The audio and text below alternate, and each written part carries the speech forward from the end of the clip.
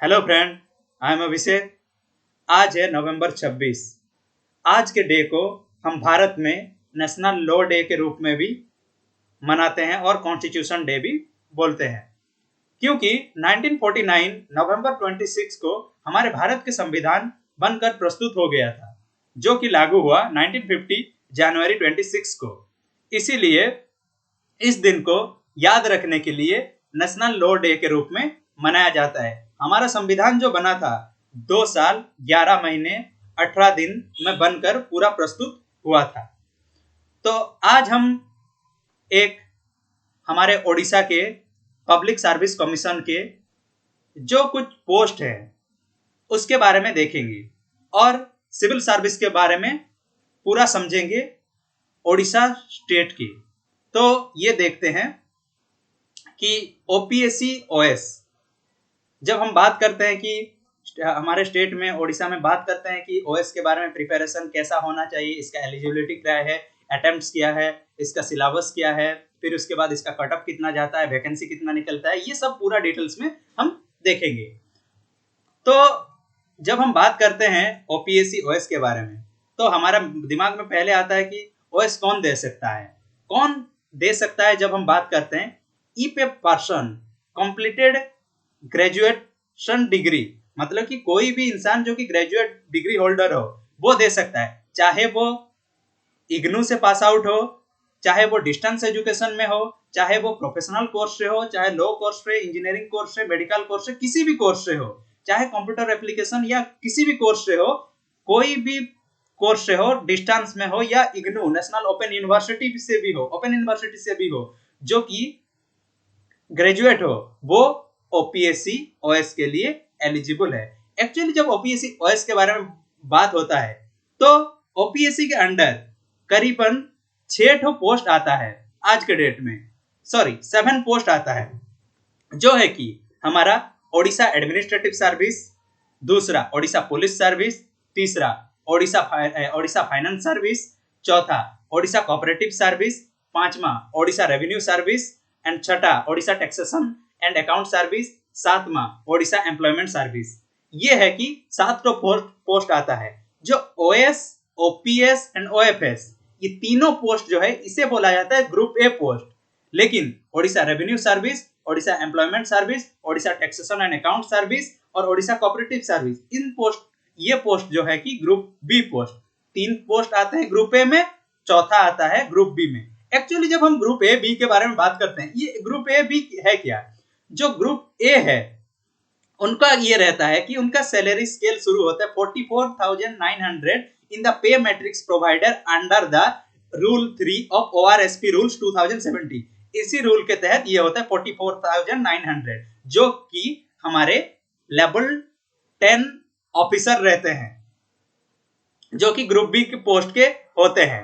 जो group B post होते हैं उनका लेवल है लेवल 10 ऑफिसर। जो ग्रुप ए पोस्ट होते हैं उनका लेवल है 12 ऑफिसर, उनका सैलरी है 56,100 और ग्रुप बी का है 44,900 in the pay matrix provider under the rule 3 of ORSP rule 2070। ये ओएस और जो बोलते हैं ओआरएस, इन दोनों के लिए, ये ग्रुप ए ग्रुप बी के लिए, दोनों के लिए होता है। तो अब हम जान गए कि ग्रुप ए कौन सा है। ग्रुप ए है OS, OPS, Odisha finance service, और ग्रुप बी कौन सा है? Odisha cooperative service, Odisha taxation service and Odisha employment service और ओडिशा रेवेन्यू सर्विस, ये ग्रुप बी है। तो ये रहा group A and group B के बारे में, जो कि लेवल 10 ऑफिसर है हमारे ग्रुप बी और ग्रुप ए है लेवल 12 ऑफिसर। तो इसका एज लिमिट कितना रहता है? 21 साल से लेकर 32 ईयर्स तक ओपीएससी ओएस के लिए एलिजिबल हम होते हैं। 21 से 32 एज ए जनरल क्राइटेरिया।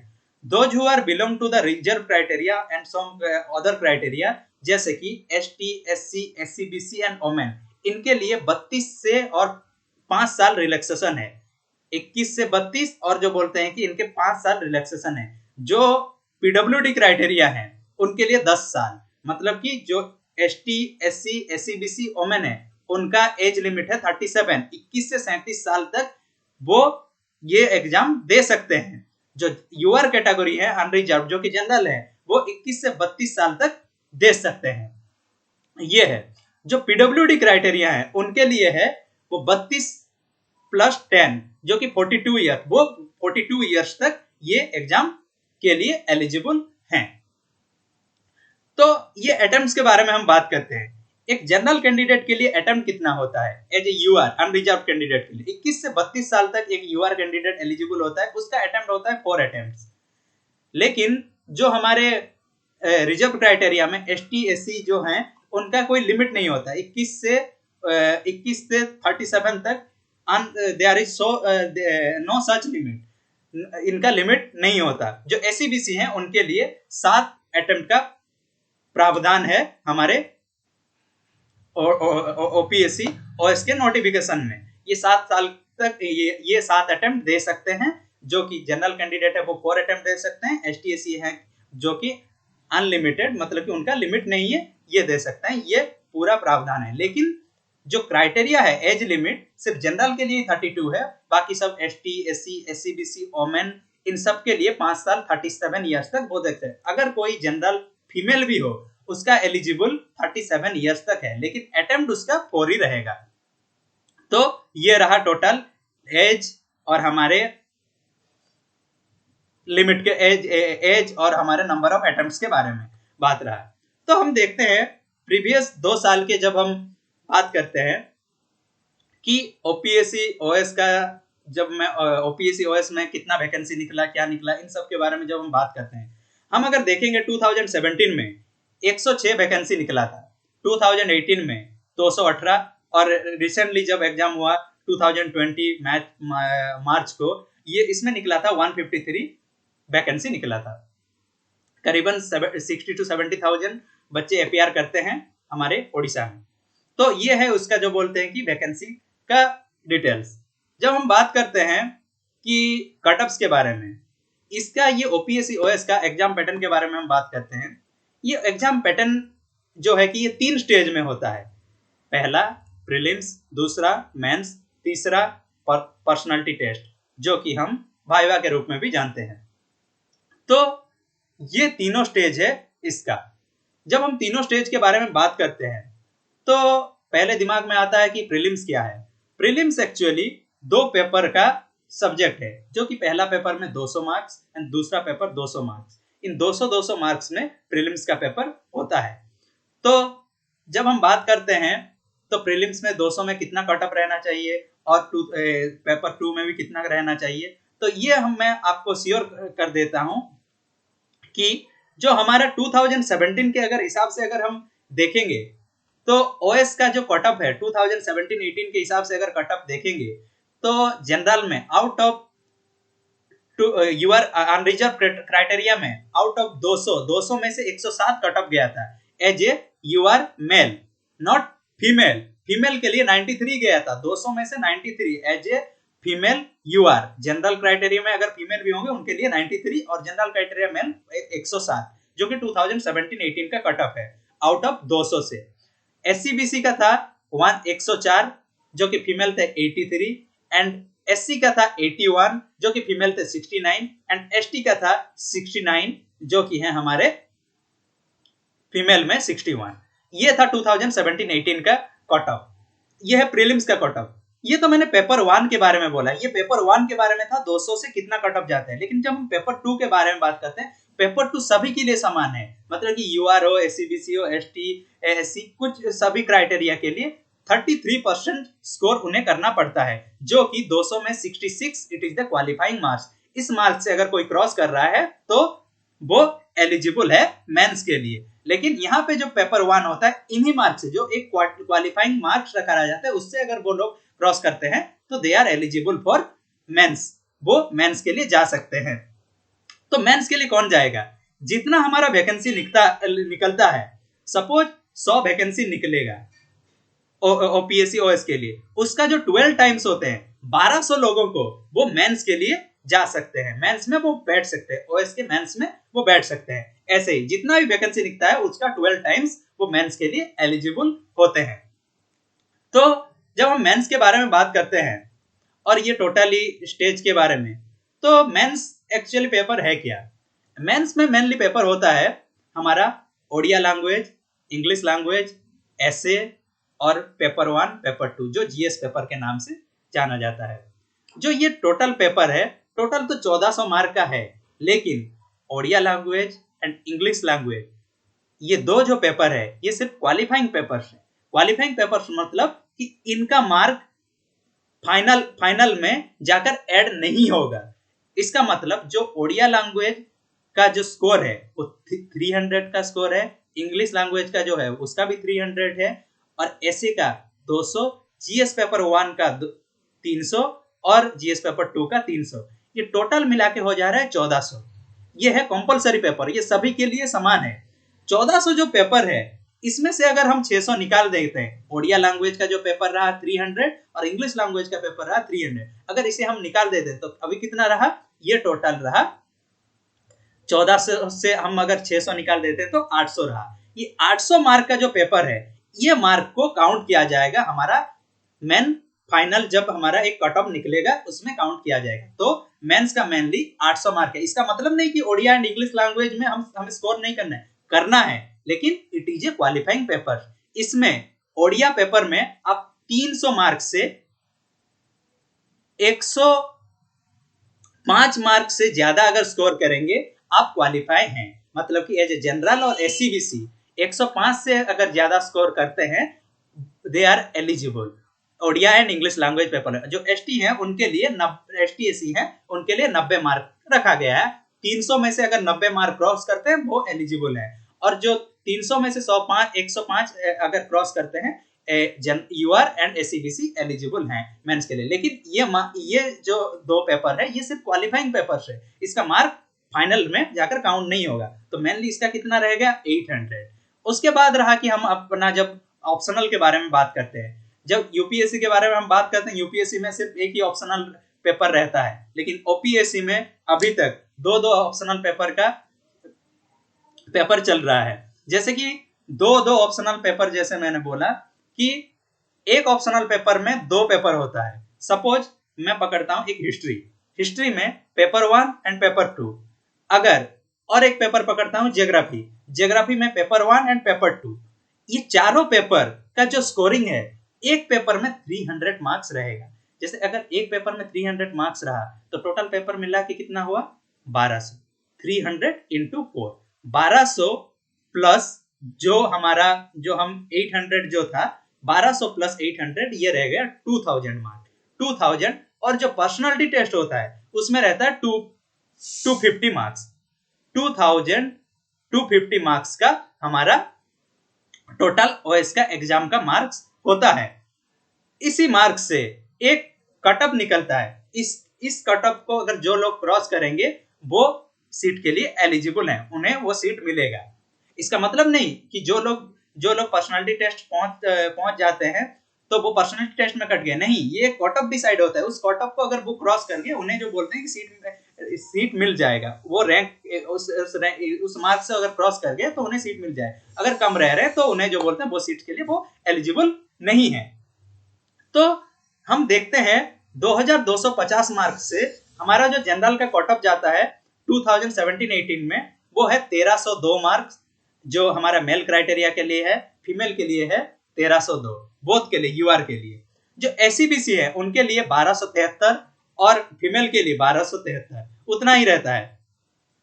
जो एससी हैं उनके लिए भी 1146, 1146 आउट ऑफ 2250। 2250 में से 1146 मार्क्स का ये जाता है। एसटी जो है 1016 फॉर द मेल क्राइटेरिया और फीमेल के लिए 1018। ये जो बोलते हैं कि 2250 से इतना अगर स्कोर के आगे निकल गए तो ये लोग एलिजिबल हैं, उन्हें ओएस या ओपीएस या ओआरएस ओडिशा कोऑपरेटिव सर्विस या ओडिशा इन सब पोस्ट में कोई ना कोई मिल जाएगा। अगर इनसे कम रह रहे हैं तो इन्हें जो बोलते हैं वैकेंसी के हिसाब से नहीं मिलेगा। ये जो बोलते हैं हमारा 2017-18 का एक ये है। तो उस हिसाब से अगर हम देखते हैं, जब हम बात करते हैं कि वैकेंसी इन सब के बारे में, तो हम पहले फिर और एक हमारे दिमाग में आता है कि इसका एक सिलेबस क्या है। जब हम सिलेबस के बारे में बात करते हैं, ये जो प्रीलिम्स, मेंस एंड वाइवा के टोटल के बारे में हम बात करेंगे। जो हमारा प्रीलिम्स का 2017 में जैसे बोला कि कट ऑफ इतना गया, तो हम 2018 का लास्ट कट ऑफ हम देख लेते हैं। लास्ट कट ऑफ गया था हमारा आउट ऑफ 200 से जनरल का 87, मतलब कि यूआर क्राइटेरिया के लिए 87 मार्क कट ऑफ गया था मेल के लिए, और फीमेल के लिए गया था 77 UR as a out of 200। 200 में से 77 का स्कोर करेंगे तो एलिजिबल। जो एससीबीसी थे उनके लिए गया था 86 मेल, और फीमेल के लिए गया था 74। जो एसटी थे उनके लिए गया था 54 फॉर मेल एंड फीमेल के लिए 51। जो एससी थे उनके मेल के लिए गया था 69 एंड फीमेल के लिए गया था 58। ये था टोटल स्कोर। तो अगर ये हम प्रीलिम्स का स्कोर है, प्रीलिम्स में अगर कोई यूआर क्राइटेरिया में मेल है 200 से 107, अगर यूआर क्राइटेरिया में एससीबीसी है 200 से 86, अगर यूआर क्राइटेरिया में अगर कोई एसटी है तो 200 से 54, अगर एससी है तो 200 से 69 मेल क्राइटेरिया में। फीमेल में अगर देखते हैं, फीमेल में यूआर में है तो 77 200 से, अगर एससीबीसी में है 200 से हमारा 74, और हमारा एससी है तो 200 से 58 एंड 200 से 51 फॉर एसटी। ये 2018 लास्ट कट ऑफ का ये है।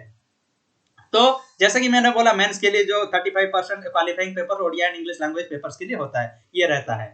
तो ये रहा टोटल उसका। अभी अभी जो कट ऑफ लिस्ट में निकला है कि ये टॉपर निकले हैं, कौन टॉपर हुए हैं 2018 के हिसाब से अगर देखेंगे तो ये जो हमारे यूआर का पूरा टोटल फुल कट ऑफ 2250 में से कितना कट ऑफ गया तो देखेंगे तो पूरा ओवरऑल रैंक के लिए 1373 गया मेल कट ऑफ 2250 में से। अगर इससे ज्यादा स्कोर है तो इन्हें एक पोस्ट मिल जाएगा, जो कि एससीबीसी के लिए था मेल 1313 और एससी के लिए था 1195 और एसटी के लिए 9933 और फीमेल के लिए था 1371 और 1371 2250 में से जनरल के लिए, और एससीबीसी के लिए था 1286 फॉर द जनरल मतलब एससीबीसी फीमेल के लिए जो कि 2250 से, जो कि SC female total final cut off को अगर मिला दिया 2250 में से 1237 और एसटी फीमेल 929। ये था टोटल जो बोलते हैं कि मार्क। इन मार्क से अगर कोई अगर आगे निकल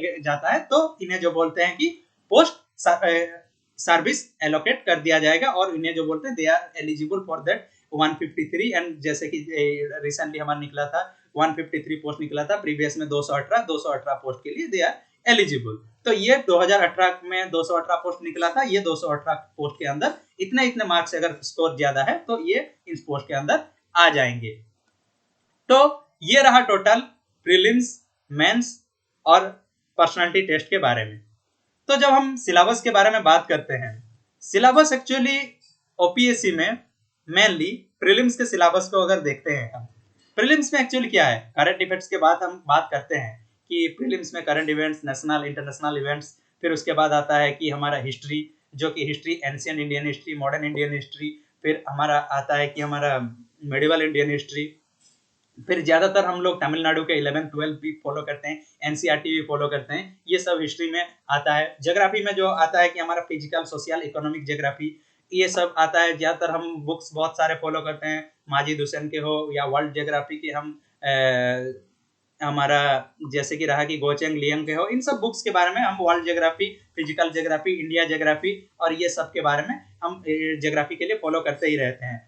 इंडियन पॉलिटी एंड गवर्नेंस के लिए DD Basu, Subhash Kashyap, M Laxmikanth, these are the books list कि ये हम बुक्स प्रेफर करते हैं क्योंकि वहाँ पे कॉन्स्टिट्यूशन के बारे में है। तो डीडी बसु एंड सुभाष कश्यप आप किसी भी एक बुक को चुन सकते हैं, पॉलिटिकल सिस्टम के बारे में, इंटरनेशनल रिलेशन के बारे में, ये सब के बारे में हमें प्रीलिम्स में जानने के लिए पड़ता है। Economic and social development, sustainable development, poverty, inclusion, demographic, social sector, individual, इन सब के बारे में भी हमें जानने के लिए इकोनॉमिक्स के पेपर में ये रहता है। अगर मेनली देखते हैं तो फिर उसके बाद आता है हमारा एनवायरनमेंट के लिए शंकर आईएएस की बहुत लोग फॉलो करते हैं, और एनवायरनमेंट इतना लेवल का नहीं, हमारा ओडिशा लेवल के जितना है ये सब आएगा, एनवायरनमेंट, इकोलॉजी, क्लाइमेट चेंज, और जो हमारा current news, national and international news जो करंट जो हर वक्त चल रहा है इसके ऊपर भी, और स्टैटिक्स, जीके के ऊपर भी हमें बहुत सारा फोकस करने के लिए भी पड़ता है। बहुत सारे जो बोलते हैं कि सोर्सेस है, और जनरल साइंस के ऊपर ये सब पेपर्स रहता है। जैसे कि मैंने बोल दिया कि हिस्ट्री में तीनों पेपर, एंशिएंट, मेडिवल और मॉडर्न,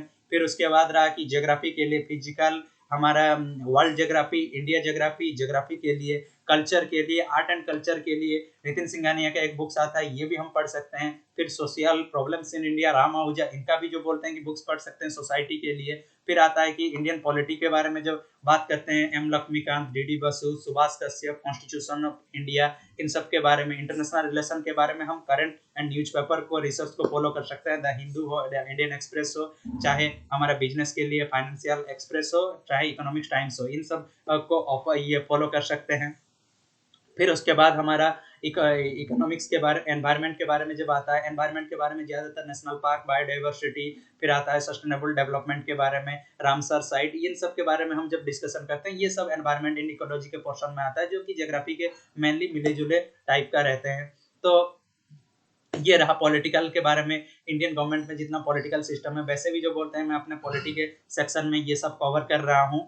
धीरे धीरे पॉलिटी एंड इंटरनेशनल सेक्शन के हर एक सेक्शन को मैं कवर कर रहा हूँ। इकोनॉमिक में अगर हम देखते हैं तो यही रहता है। ये रहा कि हमारा टोटल प्रीलिम्स के बारे में। मेंस का भी स्ट्रैटेजी वही है। तो मेंस के जब हम स्ट्रैटेजी के बारे में बात करते हैं, एक्चुअली मेंस में है क्या, इसका अगर टोटल देखेंगे तो जब हम मेंस के बारे में बात करते हैं, जैसे कि मैंने बोला कि ओडिया एंड इंग्लिश लैंग्वेज ये क्वालिफाइंग पेपर से ये 300 मार्क्स में से 300 मार्क्स का जो क्वेश्चन आता है, पहले ये 300 मार्क्स का जो क्वेश्चन है डिस्ट्रीब्यूशन पैटर्न देख लेते हैं, जो कि हमें सिर्फ 105 रखना है for UR and SEBC and for reserve criteria 90 score out of 300 से 90 स्कोर से हमें ज्यादा करना है for reserve criteria STM SC के लिए। तो जब हम 300 मार्क्स के बारे में बात करते हैं, ये 300 मार्क्स एक्चुअली आता क्या है ओडिया एंड इंग्लिश लैंग्वेज में, ये 10th क्लास लेवल तक रहता है। हमारे जो हम पढ़े हुए होते हैं, जो कॉम्प्रहेंसिव गिवन पैसेज होता है, जो पैसेज होता है 30 मार्क्स का एक होता है। फिर होता है ट्रांसलेशन इंग्लिश टू ओडिया, जो कि 40 मार्क्स का होता है। और हमारा रहता है कि प्रेसी राइटिंग के लिए 40 मार्क्स एंड ग्रामर जो रहता है कि ओडिया लेवल में ओडिया ग्रामर, इंग्लिश लेवल में इंग्लिश ग्रामर, ये जो रहता है कि टोटल हमारा 80 मार्क्स का। और एक ऐसे रहता है जो कि हमारा 100 मार्क्स का, और एक्सपेंशन आइडिया जो कि 20 मार्क्स का, टोटल 300। वैसे ही इंग्लिश पेपर के लिए यही लागू होता है, कॉम्प्रहेंशन रहता है। यहाँ पे इंग्लिश टू ओडिया ट्रांसलेशन है, वहाँ पे ओडिया टू इंग्लिश ट्रांसलेशन है, यही रहता है। और प्रेसी जो रहता है कि यहाँ पे इंग्लिश में राइटिंग करना होता है, उसमें ओडिया में राइटिंग करने के लिए होता है, ये रहता है। और उसका ग्रामर इंग्लिश में जैसे कि 80 मार्क का ग्रामर आता है, ओडिया में भी ऐसे 80 मार्क का। ये क्वालिफाइंग पेपर है, जो कि 300 से हमें 105 से ज्यादा स्कोर करना है, एक पास लेवल का, एक 10th लेवल का स्टैंडर्ड का, अगर हमें पता भी होगा तो हम जब ये बात करते हैं जीएस पेपर के बारे में और इंग्लिश ऐसे जो बोलते हैं 200 मार्क्स का आता है, ये जो बोलते हैं मार्क्स काउंट होता है। तो ज्यादातर ऐसे जो बारे में बात करते हैं हम, हमारा कोई एक करंट एंड नेशनल इवेंट्स को लेके या ये को लिंक करके आ सकता है, जो हम रेगुलर न्यूज़पेपर हमें पढ़ना ही होगा। तो जब हम जीएस पेपर के बारे में बात करते हैं, जीएस पेपर 1-2 जो कि सबके लिए कंपलसरी पेपर है, यहाँ पे ऑप्शनल के हिसाब से हम चूज नहीं कर सकते, जो कि सभी जो मेंस के लिए एलिजिबल है वो जीएस 1 एंड 2 और जो जिनका ऑप्शनल जो 2 होता है वो चूज कर सकते हैं। जीएस पेपर 1 में क्या क्या है, जो कि मैंने जैसे बोला कि हिस्ट्री, ज्योग्राफी, पॉलिटिकल साइंस, फिर उसके बाद इंडियन कल्चर, फिर ज्योग्राफी, इंडियन पॉलिटी, ये सब जो बोलते हैं कि जीएस पेपर 1 में मेंशन किया गया है। Current issue, legal and environment issue, ये सब पेपर 1 में है, जो कि 300 मार्क का पेपर होता है। जो पेपर 2 है, पेपर 2 में वैसे ही India and world international relation के बारे में रहता है। फिर उसके बाद हमारा इकोनॉमिक सेक्शन के बारे में अगर देखेंगे, इंडियन इकोनॉमी के बारे में, planning, economic development, economic sustainable development, फिर economic and trade issue, foreign trade, role of हमारा जितना भी फंक्शन है, World Bank, World Trade Organization, RBI function, Odisha के इकोनॉमिक के बारे में, ओडिशा के हमारा जैसे कि हिस्ट्री एंड कल्चर जो पेपर 1 में हमारा आता है, ये सब ओडिशा के हमारा डेमोग्राफी अगर देखेंगे तो इसके बारे में हमें जानने के लिए मिलता है। जैसे कि इंटरनेशनल अफेयर्स के बारे में, आईएलओ में रहा, WTO, SAARC, European Union, BRICS, इन सब के बारे में, इंटरनेशनल कोर्ट ऑफ जस्टिस, इन सब के बारे में पेपर 2 में हमें जानने के लिए ये होता है। और जो बोलते हैं साइंस एंड कम्युनिकेशन फील्ड में, अगर स्पेस के फील्ड में, हमारा बायोलॉजी के फील्ड में, एनिमल सेल, प्लांट सेल, इन सब के ऊपर भी हम ये कर सकते हैं। और स्टैटिस्टिकल एनालिसिस होता है, जो कि एक कितना रैंकिंग रहा है, ये सब ये पेपर 1 पेपर 2 में ये सब ये किया गया। और उसके साथ और एक चीज है जिसलिए ये एक ओपीएससी ओएस एक ओडिशा लेवल में एग्जाम है। हिस्ट्री, ओडिशा का हिस्ट्री, ओडिशा के ज्योग्राफी, ओडिशा का कल्चर, ओडिशा के ट्राइब्स के बारे में जानना, ओडिशा के पॉलिटिक्स, इन सब के बारे में भी हमें जानने के लिए बहुत जरूरी है।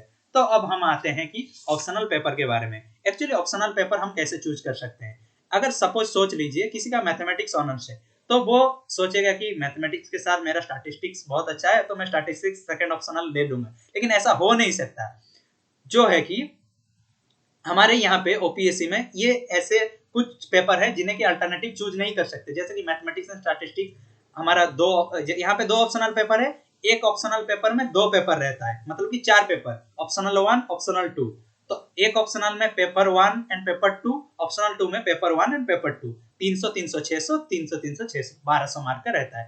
तो 1200 एंड 800 टोटल रहेगा 2000 जैसे बात करते हैं। तो ये 1200 मार्क का जो पहला ऑप्शनल है, ऑप्शनल और दूसरा ऑप्शनल, जैसे कि मैथमेटिक्स एंड स्टैटिस्टिक्स हम ले नहीं सकते, एंथ्रोपोलॉजी एंड सोशियोलॉजी एक साथ ले नहीं सकते क्योंकि ये इंटरलिंक्ड हो जाता है। Political science and public administration ये ले नहीं सकते।